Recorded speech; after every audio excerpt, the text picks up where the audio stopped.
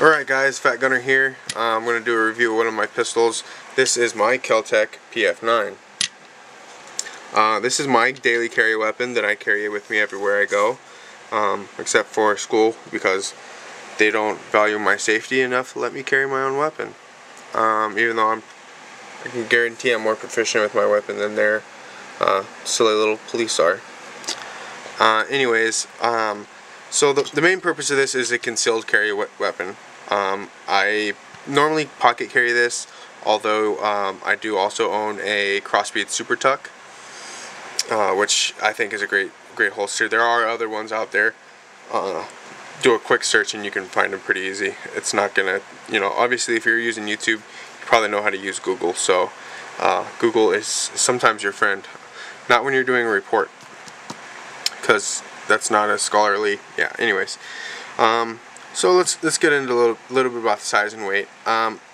The weight of it is 12.7 ounces empty. A full magazine is 5.5 ounces, and that totals to 18.2. Now I would guess reasonably, if you carry 7 plus 1, the magazine's 7, and you carry 1 in the chamber, you're probably looking at close to 19 ounces, which is still very lightweight. So it is chambered in 9mm, which I think is great. I like carrying a 9mm instead of some of the little 32s and 25 and really small rounds. I don't like carrying something that small. I like the 9mm round.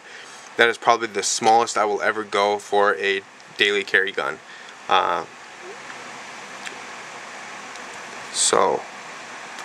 Now the overall dimensions, the length here, Keltec says, is 5.85 inches. The height is 4.3 inches, and then the width is 0.88 inches. Okay, so it's a very small weapon, and then the barrel is 3.1 inches, they say. I haven't busted out my tape measure, and I'm not going to, because I know that the dimension of this gun is pretty small. When the slide is forward, it's not much bigger than your hand. I mean, well, my hand, I guess. You can see my Surefire light here. It's about the same length, pretty similar length. And if I get a PMag here, it's about the same width as a PMag. So you can see, the width here between a PMag and a Keltec is pretty similar. So it's not an extremely large firearm at all. Like I said, caliber 9mm plus P rounds. It'll handle them. So I like that, and it feeds for me it fed those carbon DPX rounds very nicely.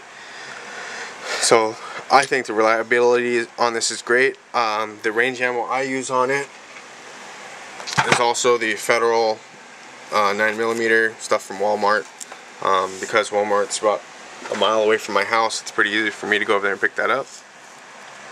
Now the ergonomics, this pistol was made very, very specific for right-handed people. There's no controls on the left side for left-handed shooters.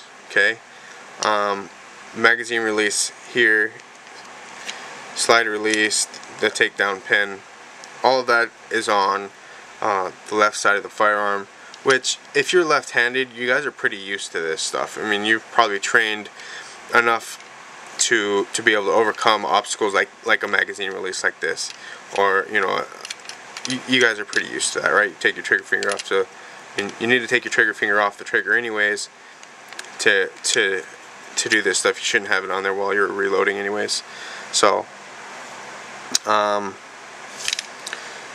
so the ergonomics, yeah, I mean, there's no manual safeties. The trigger is at 5 pounds, and it is a very long pull. I'll release the slide here in a little bit and pull the trigger, but it's a very long pull, so it would take quite a bit to pull it. I feel confident pocket carrying it. I haven't shot myself, obviously, but there's no safety on the back. There's no thumb safeties. There's no trigger safeties.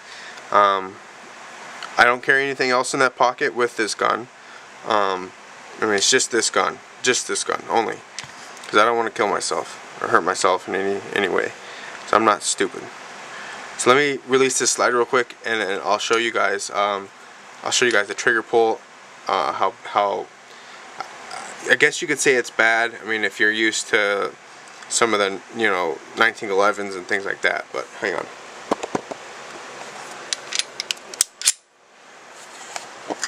Alright, so let me pull this trigger, and you guys can see a little bit of slack there. There's nothing, and then it's 5 pounds, and then it pops at the end back here, and then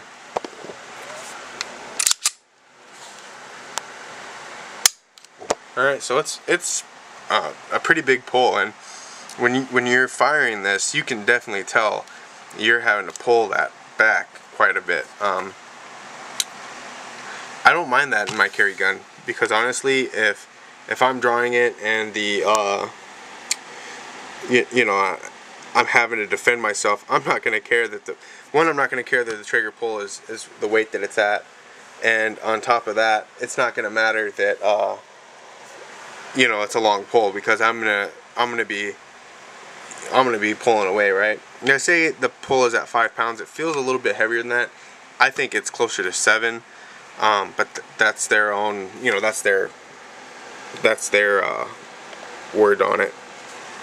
As far as the value goes, I picked this one up used, but online,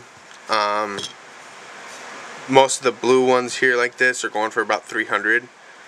You can find, I mean, some, prices vary, guys, depending on supply and stuff like that. Generally, $300 will get you this gun. I think it's very reliable. Like I said, I've probably shot 300 of the Federal and 50 of the DPX, and it's fed everything. I haven't had a single failure to feed or failure to eject yet, so I think it's a great gun. As far as the accessories, there's not a whole lot out for it.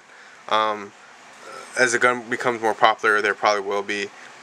One of my biggest complaints about this gun is probably the front sight, or the sights in general, because it's your typical 3-dot system. You guys have all used it before a million times probably. I just wish I could get a high-vis front sight for it. That's really all I want. Other than that, I like this gun. I don't mind the lack of safeties at all, because I got a safety between my ears. So anyways, that's my quick review on it. Accuracy wise, this sheet of paper is easily the size of a man's chest, and I can hit it all day from 10 yards, so I have no problem hitting anything with this. Hope you guys enjoyed this review. Post any comments, questions, and I'll answer them when I can. Thanks.